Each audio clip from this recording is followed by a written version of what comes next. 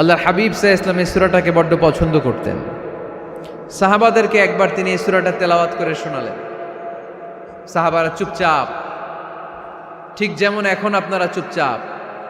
আল্লাহর হাবিব বললেন, ও সাহাবারা, তোমরা তো এই সূরা শুনে চুপ করে বসে আছো, কিন্তু তায়েফের ময়দানে জিনদের কাছে এই সূরাটা আমি তেলাওয়াত করেছিলাম, তারা কিন্তু চুপচাপ বসে থাকে নাই। যতবার আমি ফাবি আইয়ি আলা'i রাব্বিকুমা তুকাযযিবান পড়েছি, এই আয়াতের বিপরীতে তারা উত্তর দিয়েছে, কারণ এই আয়াতটা একটা প্রশ্ন। It's a question from your lord to mankind and জিনকাইন্ড।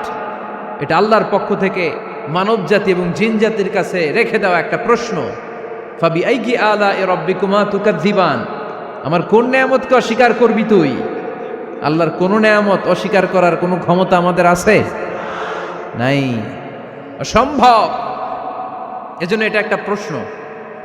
আল্লাহর হাবিব বললেন, ও আমার প্রাণের সাহাবারা, তোমাদের সামনে যখন সূরা আর রহমান তেলাওয়াত করলাম তোমরা চুপচাপ, কিন্তু তায়েফের ময়দানে যখন জিনদের কাছে তেলাওয়াত করেছি তখন তারা চুপচাপ থাকে নাই।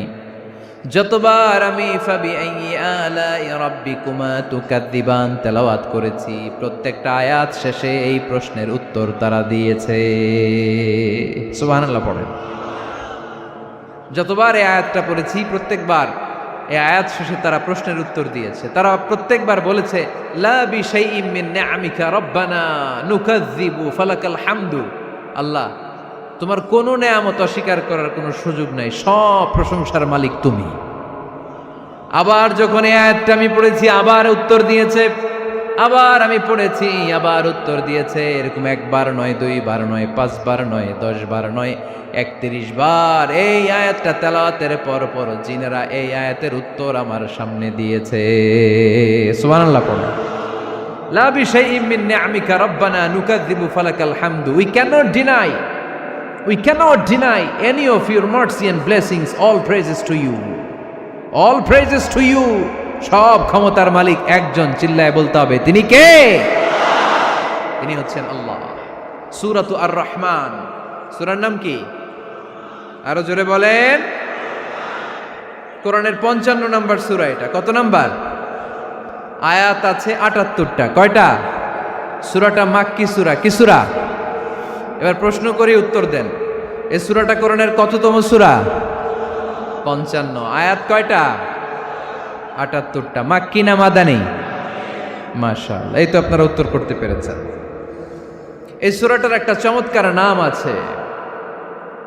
বাইহাকী শরীফে আল্লাহর হাবিব সাল্লাল্লাহু আলাইহি ওয়াসাল্লাম ইরশাদ করেন, ইন্না লিকুল্লি শাইইন আরুস ওয়া আরুসুল কুরআনি সূরাতু আর রহমান।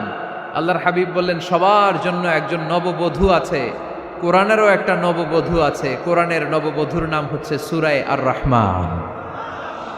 আওয়াজ করে সুবহানাল্লাহ বলতে পারলেন না? নববধূ বুঝেন তো?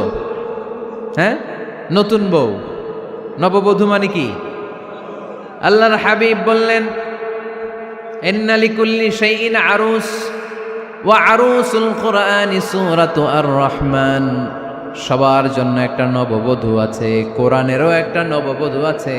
কোরআনের নববধূর নাম সূরা আর রহমান।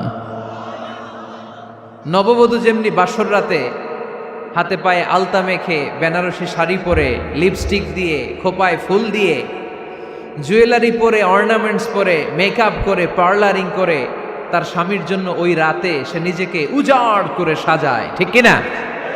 ঠিক তেমনি আল্লাহ তাআলা এই দুনিয়াতে আমাদেরকে কি কি নেয়ামত দিয়েছেন, আবার কি কি নেয়ামত জান্নাতে গেলে দিবেন, তার সব কিছু বর্ণনা করে এই সূরাটাকে তিনি উজাড় করে সাজিয়েছেন। সূরাটার নাম কি? আরো জোরে বলেন, কি নাম? আর রহমান।